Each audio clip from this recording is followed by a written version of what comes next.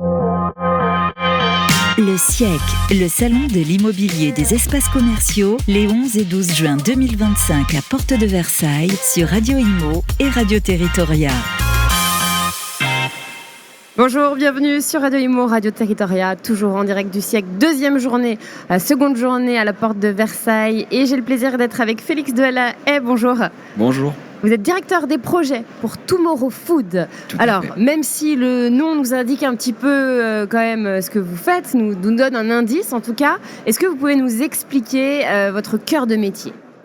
Alors, nous, on aime se définir comme des créateurs de lieux de vie. Ouais. Et on aime particulièrement dire qu'on est créateurs de lieux de vie tout terrain. Ça veut dire qu'on travaille partout et pour tous, à destination du plus grand nombre. L'histoire de Tomorrow Food, c'est il y a 5 ans, c'est Léo, qui est restaurateur. Ouais. Et se rend compte qu'il passe énormément de temps à donner des conseils à des gens pour devenir leur propre restaurateur. Et il s'est dit, je vais monétiser tout ça et je vais apporter ces conseils-là via une société de conseil. Et c'est là qu'a été créé Tomorrow Food, donc à destination des exploitants. La promesse, c'était de se dire, on va gérer l'exploitation et l'ouverture de lieux de vie pour le compte de tiers. Donc ça veut dire que quelqu'un qui veut ouvrir un restaurant qui a les murs, venez voir donc ce fameux Léo pour lui dire voilà, aide-moi à développer un restaurant. Exactement. Tout simplement. On venait sur place, on venait définir la carte avec les archis, définir le look and feel du restaurant, mettre en place le logiciel de caisse, former les équipes au bar. Ah oui, tout vraiment clé en main, quoi. Ouais, tout à fait. Et ça, c'est l'idée de base. On est quand même resté dans cette trajectoire-là. Ouais. Donc on travaille toujours pour des exploitants, plutôt des hôteliers, plutôt des parcs de loisirs, plutôt des grosses machines. Donc vous êtes diversifié. On s'est diversifié. Donc plutôt des grands comptes sur la partie exploitation. Et il y a 3 ans, via la rencontre de plusieurs propriétaires immobiliers, on se rend compte qu'il y a une appétence très forte des opérateurs de services immobiliers et des bailleurs sur une nouvelle dimension qu'on pourrait donner à la restauration et aux loisirs dans les espaces commerciaux. On se rend compte que jusque-là, la restauration, c'était plutôt 10% de l'offre commerciale qui existait en centre commercial, et on tend à arriver à 20%, voire 25%, juste sur la partie restauration. Est-ce que vous pouvez juste nous donner des exemples, par exemple, c'est quoi ? C'est des stands en fait de restauration dans les centres commerciaux, c'est ça ? Ou des restaurants Ouais, alors du coup, nous, on a commencé en rencontrant le stand d'en face qui s'appelle Nude. Ouais. Nude, ils avaient le souhait de développer quelque chose de nouveau, mais ils ne savaient pas vraiment quoi. Ouais. Et donc ils viennent nous voir, on visite un certain nombre d'actifs, et on se rend compte qu'il y a un actif en particulier, donc Avignon-le-Pontet, où il y a une cellule de 580 mètres carrés. C'est un vieux pizza pie. Ouais. On fait notre étude et on se dit il faut absolument apporter énormément de vie dans ce centre commercial, et on va faire un espace qui va faire 1800 mètres carrés sur 3 étages, food hall, rooftop avec une dimension ultra festive le soir pour créer un nouveau temps de consommation qui est le soir qui n'existe pas en centre commercial. Et ça, le rooftop, il a ouvert ce matin. D'accord. Donc c'est une super nouvelle. Et le food hall, il a ouvert il y a 2 mois. D'accord. Donc on a trouvé les exploitants, on a travaillé avec eux à la construction de leur offre. Donc on a d'abord travaillé avec le bailleur sur la construction de la coque, et après avec les exploitants pour créer leur offre avec notre chef consultant, etc.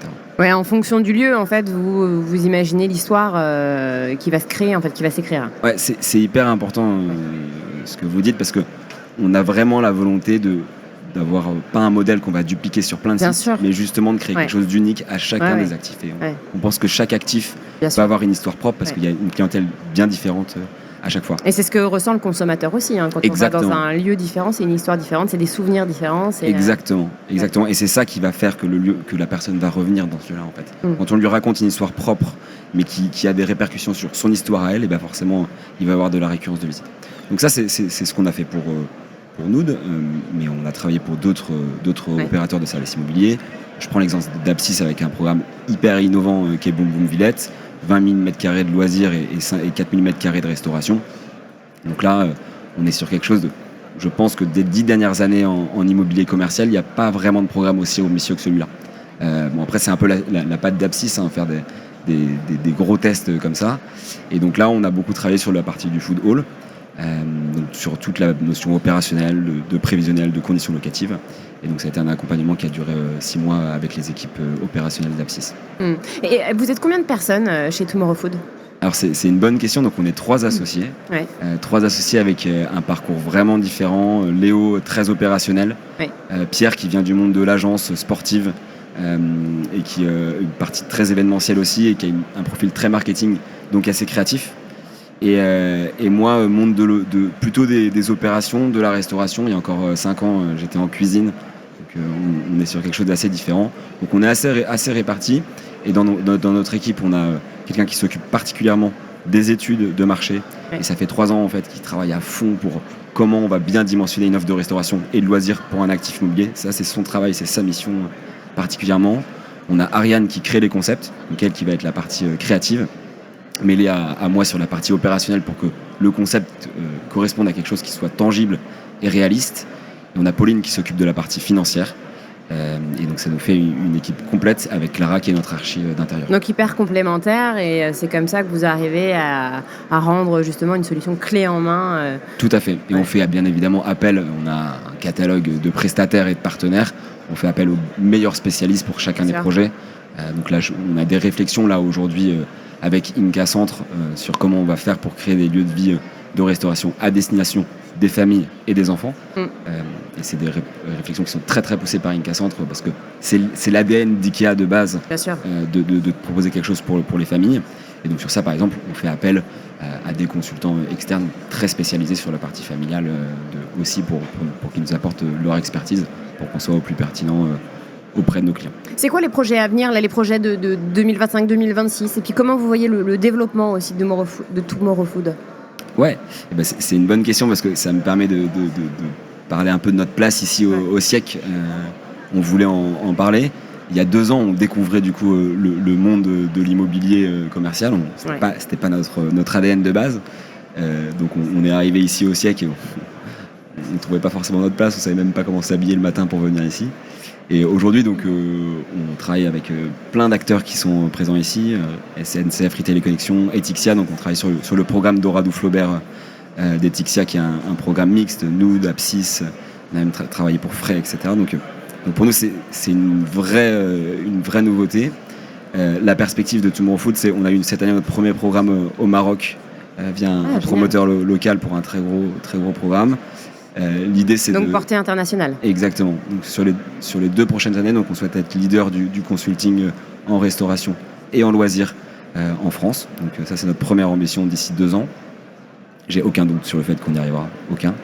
Et d'ici 3 ans, du coup, d'avoir 30% de notre activité qui serait à l'international. Donc plutôt les pays latins dans un premier temps, donc Portugal, Espagne, Italie, et dans un même temps l'Afrique subsaharienne. Voilà. Et alors, votre présence au SIEC, là, j'imagine, vous baladez, vous étiez là hier aussi, hein. C'est quoi les objectifs de cette édition 2025 ? Alors, déjà, de retrouver nos clients. Déjà, je pense que c'est un moment fort pour tout le monde, à la fois pour les enseignes, à la fois pour les promoteurs, pour les agences de conseil comme on peut l'être. Ce genre de moment-là, il est fondateur parce que on prend aussi le pouls de ce que nous, on a fait. J'ai pris l'exemple de Boom Boom Villette. C'est important, on travaille sur un prévisionnel avec eux, 6 mois pré-ouverture. 1 an après, on se pose aussi la question de qu'est-ce que c'est devenu ce site-là, parce que en tant qu'externe et chef de projet conception, et ben, le jour où ça ouvre, et ben, on part. Et donc forcément, on a envie de savoir ce que ça a donné. Et en général, c'est le moment où on va reconduire du business avec nos clients, forcément, quand ça s'est bien passé. Et a priori, c'est le cas, donc on est surtout là pour ça. Et on veut aussi découvrir des nouveaux profils. On vient aussi dans une démarche RH de se dire que demain, on va aller chercher les meilleurs profils pour nos projets. Eh bien, en tout cas, on vous souhaite ce beau développement. Un site internet peut-être pour vous retrouver ? Ouais, tomorrowfood.fr. Tout simplement. Voilà, mais le mieux, c'est d'aller sur notre LinkedIn, c'est là qu'on est le plus actif. Oui, j'avais vu ça, j'avais noté, c'est bien. Merci beaucoup, Félix Delahaye, en tout Merci cas, à toi. pour cette interview. Et puis nous, on se retrouve dans quelques instants, toujours en direct du SIEC sur Radio Imo et Radio Territoria. Le SIEC, le salon de l'immobilier des espaces commerciaux, les 11 et 12 juin 2025 à Porte de Versailles sur Radio Imo et Radio Territoria.